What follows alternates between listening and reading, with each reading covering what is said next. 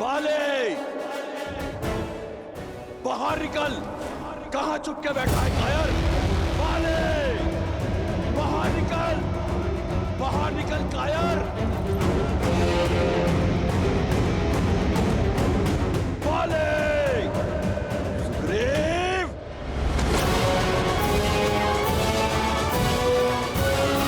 रुक जाइए स्वामी।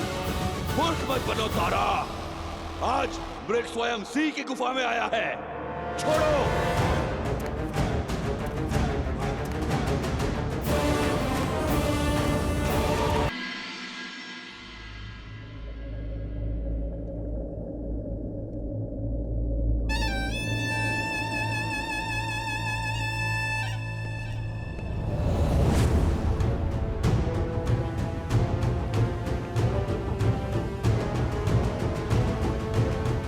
पिताश्री, आपसे आज्ञा चाहिए। स्पष्ट रूप से आपसे एक बात करने के लिए। प्रश्न ये है कि जो मेरे समक्ष खड़े होकर मुझसे बात करना चाहता है, क्या वो मेरा पुत्र है या लंका का युवराज? युवराज नहीं पिताश्री, आज यहां एक पुत्र अपने पिता से अपने मन की बात करने के लिए आया है। तो निर्भय होकर कहो। अब जब से सीता को लंका लेकर आए, माता अति चिंतित रहती है। पर स्त्री को लेकर आपके भीतर बढ़ रही इच्छाएं, आपका अपने ज्ञान के गर्भगृह को स्वयं जलाकर भस्म कर देना, इससे माता का भय और बढ़ रहा है। क्या कहा तुम्हारी माता ने? कि आग जब दीपक की बाती को पकड़ लेती है तो बाती से पूर्व वो उसके भीतर के तेल को जलाती है और फिर बाती भस्म हो जाती है। लंका का वैभव भस्म हो रहा है पिताश्री, और उसका प्रारंभ हमारे अपने ज्ञान के भंडार से हुआ है। तो अब रावण के आचरण से लंका के युवराज को समस्या होने लगी है। नहीं पिताश्री, मैं केवल एक सरल समाधान लेकर आया हूं। आप मुझे आज्ञा दीजिए, मैं अभी उस राम को मारकर उसका मृत शरीर सीता को दिखाता हूं। बस एक बार उसकी आशा दम तोड़ दे तो वो आपको स्वीकार कर लेगी। राम की मृत्यु उपरांत सीता अपनी पतिव्रता धर्म से मुक्त हो जाएगी। तब वो आपसे विवाह अवश्य करेगी, और आपसे विवाह होने के पश्चात सीता का हमारे परिवार का भिन्न अंग बन जाने के पश्चात आपकी प्रतीक्षा के साथ साथ माता की चिंताएं भी सदा सदा के लिए समाप्त हो जाएंगी।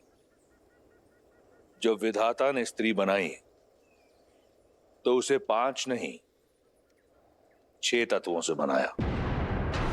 वो छठा तत्व है चिंता। जब मैंने तुम्हारी मां को शादी का प्रस्ताव दिया तो वो चिंतित हुई। जब मैंने शनि को बंदी बनाया तो वो चिंतित हुई।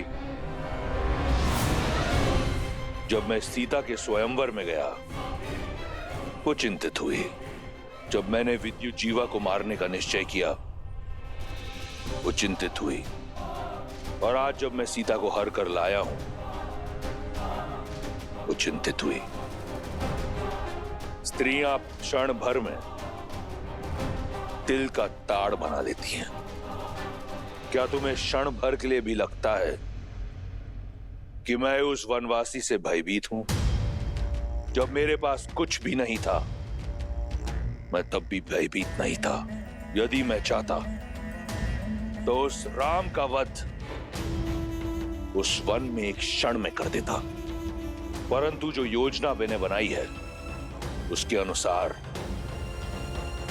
राम का जीवन मृत्यु से कई दुखदाई होगा। दीपक स्त्रियां जलाती हैं और हम जैसे योद्धा अपने शत्रुओं की चिताएं जलाते हैं। युवराज हूं मैं लंका का, और इस सत्य से भली भांति अवगत हूं कि लंका को स्त्रियों की चिंताओं ने नहीं, अभी तो हम पुरुषों के प्रबल भुजाओं और शौर्य ने बनाया है।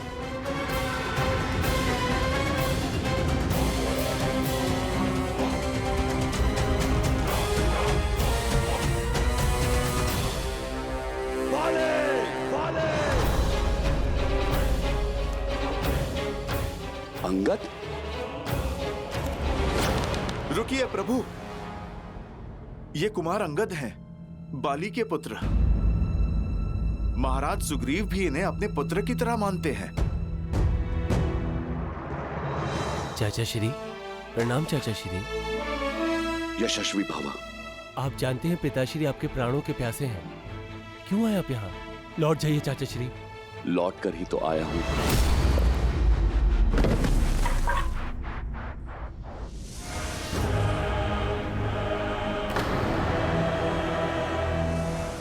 और सीधा उस काल के पास जाएगा जहां से कोई नहीं लौटता। चलो, अच्छा हुआ तुम सामने तो आए, अन्यथा मुझे संदेह होने लगा था कि तुम मेरे कुल के हो या नहीं। ललकार देकर मरोगे तो कम से कम ये कह पाऊंगा कि मैंने एक भगोड़े का आखेट नहीं किया, एक साहसी को वीर गति दी। मेरा कुल कलंक से बच जाएगा। मैं भी यहां युद्ध की मंशा से ही आया हूं, तो मृत्यु प्राप्त करने के लिए सज्ज हो जाओ।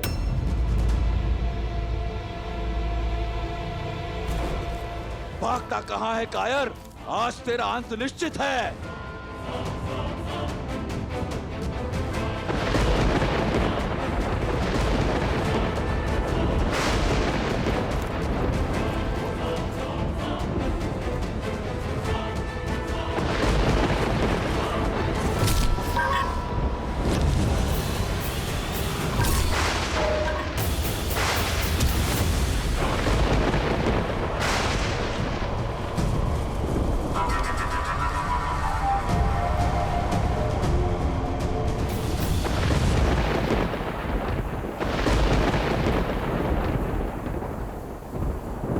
देखा प्रभु, कैसे बाली ने महाराज सुग्रीव की आधी शक्ति ले ली।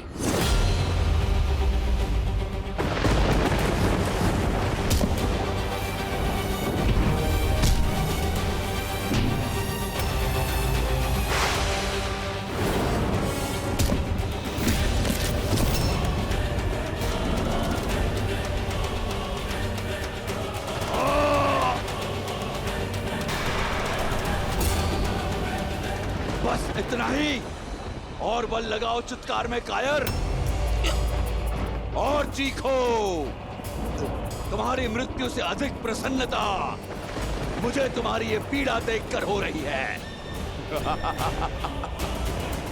चाहूं तो मैं तुम्हें अभी तिनके की भांति मसल सकता हूं, किंतु मैं ऐसा करूंगा नहीं। जाओ, दूषक की भांति जाकर छिप जाओ अपने बिल में।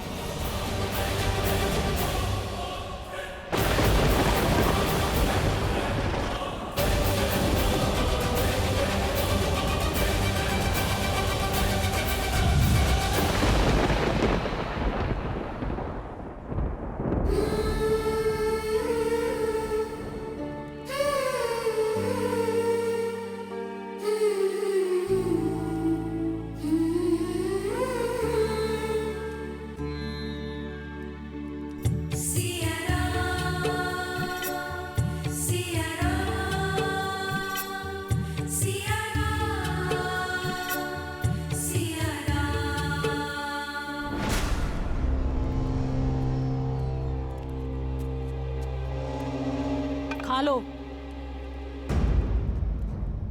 मरना तो है ही, भूखी रहकर क्यों? जब तक दशानन प्रसन्न है खा लो, और यदि दशानन रुष्ट हो गए तो ना भोजन मिलेगा और ना जल। और ना ही जिसके नाम की तुम रट लगा के बैठी हो वो राम कभी आएगा। लंका अवश्य सोने की बनी है, पर मकड़ी के पाश की भांति है। रहस्यों का पिटारा है ये लंका। जन्म यहाँ लिया, जीवन यहाँ बिताया, और हमें भी नहीं पता कि ये लंका कितनी बड़ी है और इसमें कितना रहस्य छुपा है। यदि तुम्हारा राम तैरते डूबते यहाँ तक आ भी गया, तब भी तुम्हें खोज नहीं पाएगा वो। दशों लोकों के स्वामी लंकापति महाराज दशानन पधार रहे हैं।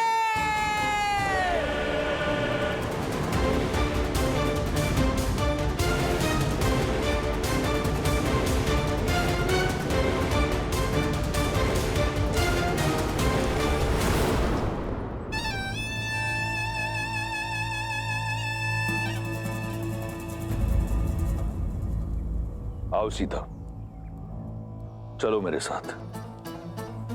ये मेरा सबसे प्रिय अनुज, मेरा सबसे घनिष्ठ मित्र, मेरे पुत्र समान और मेरा सबसे विश्वासप्रद मंत्री विभीषण है। ये एक वनवासिनी का हरण करने वाले राक्षस का आदेश नहीं, लंकेश दशानन रावण का अयोध्या की महारानी से विनम्र निवेदन है। इसलिए राजधर्म और नीतियों का पालन करते हुए मैं अपने मंत्री को अपने साथ लाया हूं। मिथिला नरेश की मैथिली हो तुम, अयोध्या की रानी हो तुम। एक राजा का निमंत्रण अस्वीकार करना अयोध्या की नीति नहीं। क्या अयोध्या की रानी अपने राजधर्म से विमुख हो जाएगी? नहीं। आओ मेरे साथ। ये लंकेश तुम्हें लंका की भव्यता दिखाना चाहता है।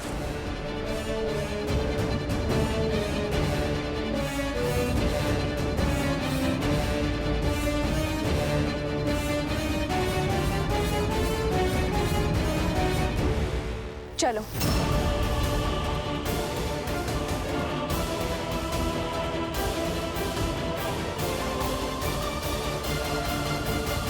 महादेव, रावण सीता को कहाँ ले जा रहा है? उद्देश्य क्या है उसका? अहंकार। अहंकार का केवल एक ही उद्देश्य होता है देवी, स्वयं को दूसरों से अधिक श्रेष्ठ दिखाना। और रावण का प्रत्येक कर्म देवी सीता के समक्ष स्वयं को श्री राम से अधिक योग्य सिद्ध करने का प्रयास ही तो है, जिसमें वो सफल नहीं होगा। क्योंकि मन में मैल लेकर अनुचित कर्म करने का कितना भी प्रयास किया जाए, उसका फल कभी उचित नहीं होता। रही बात देवी सीता की, तो मिथिला से मिले संस्कार और अयोध्या की गरिमा को अपने आंचल में लपेटे प्रभु श्री राम से मिले प्रेम के बल के सहारे देवी सीता हर बाधा को पार कर जाएंगी। एक बात समझ नहीं आई महादेव, जिस राम नाम के सहारे सीता अयोध्या के राज धर्म का मान रखने के लिए रावण जैसे महापापी के साथ जा रही हैं, वही मर्यादा के पर्याय श्री राम ने अपना मित्र धर्म क्यों नहीं निभाया? बाली को मारने का वचन पूर्ण क्यों नहीं किया? मूक दर्शक बन सुग्रीव की व्यथा देखते रहे। क्यों महादेव, क्यों? देवी अत्यंत व्यथित प्रतीत होती हैं। मर्यादा पुरुषोत्तम है श्री राम, और मर्यादा पुरुषोत्तम की मर्यादा पर कभी संदेह नहीं करते देवी। श्री राम जो भी करते हैं उसके पीछे सदैव एक बड़ा उद्देश्य छिपा होता है। सुग्रीव की सहायता क्यों नहीं की, इसका उत्तर भी शीघ्र मिल जाएगा।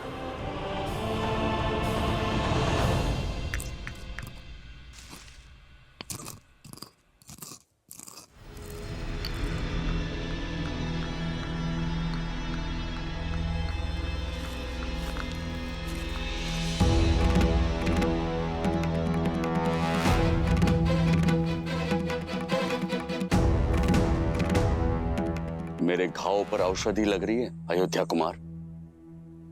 आप क्या नमक छिड़कने आए हैं?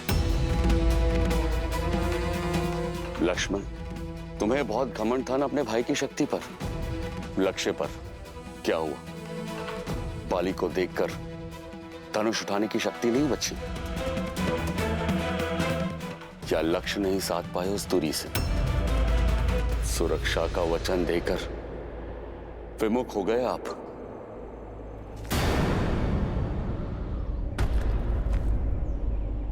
पर आपका भी क्या दोष?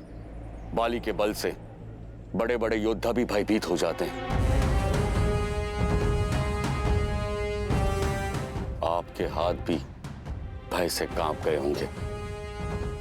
सीमा मत लांघिए वानर राज। भूलिए मत, जिन पर लांछन लगा रहे हैं वो रघुवंशी दशरथ नंदन श्री राम हैं, जिनके शौर्य का तेज ढक सके ऐसा मेघ अब तक जन्मा नहीं है। मेरे मित्र को उल्हाना देने का पूरा अधिकार है। तन की पीड़ा से अधिक मन की पीड़ा का बाहर निकलना आवश्यक है। धैर्य रखिए महाराज। जिनका जन्म ही उद्देश्य पूर्ति के लिए हुआ है, वो बिना उद्देश्य कुछ नहीं करेंगे। महाराज, यदि प्रभु ने बाण नहीं चलाया तो उसका कोई कारण अवश्य होगा। क्या कारण होगा हनुमान?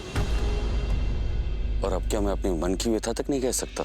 आप पर आपकी मित्रता का विश्वास का मोल अपने जीवन से चुकाना पड़ सकता था मुझे।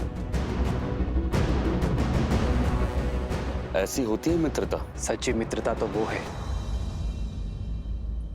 जो अपने मित्र को हानि से बचाए, उसके प्राण की रक्षा करे, ना ही उसके प्राणों का संकट बन जाए। मित्र,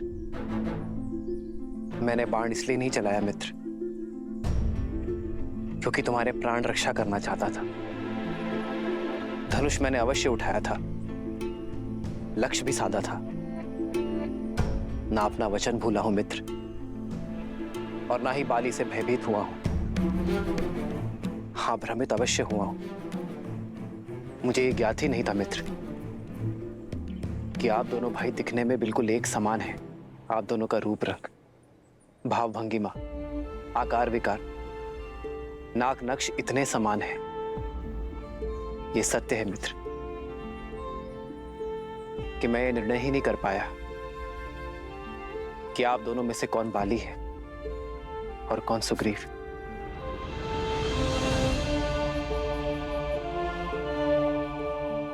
भय था मुझे अपने मित्र को खोने का, उसके प्राण हरने का। बाली के स्थान पर यदि मेरे बाण आपको लक्ष्य बना देते तो मैं स्वयं को कभी क्षमा नहीं कर पाता मित्र। बस यही कारण है कि मेरे हाथ रुक गए।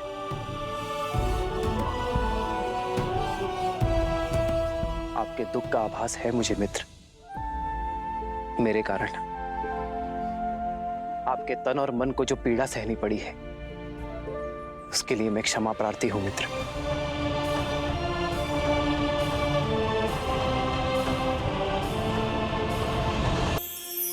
प्रभु श्री राम की, प्रभु श्री राम की, प्रभु श्री राम की।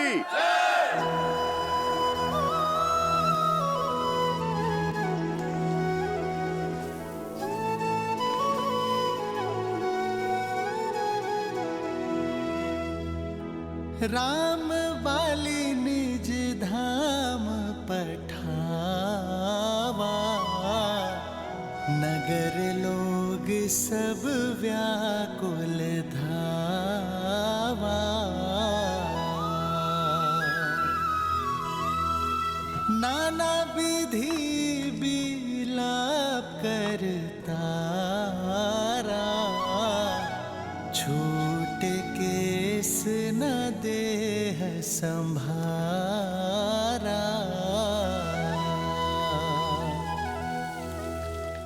उमा दारू जोशित की नाई, सब ही नचावत राम गुसाई।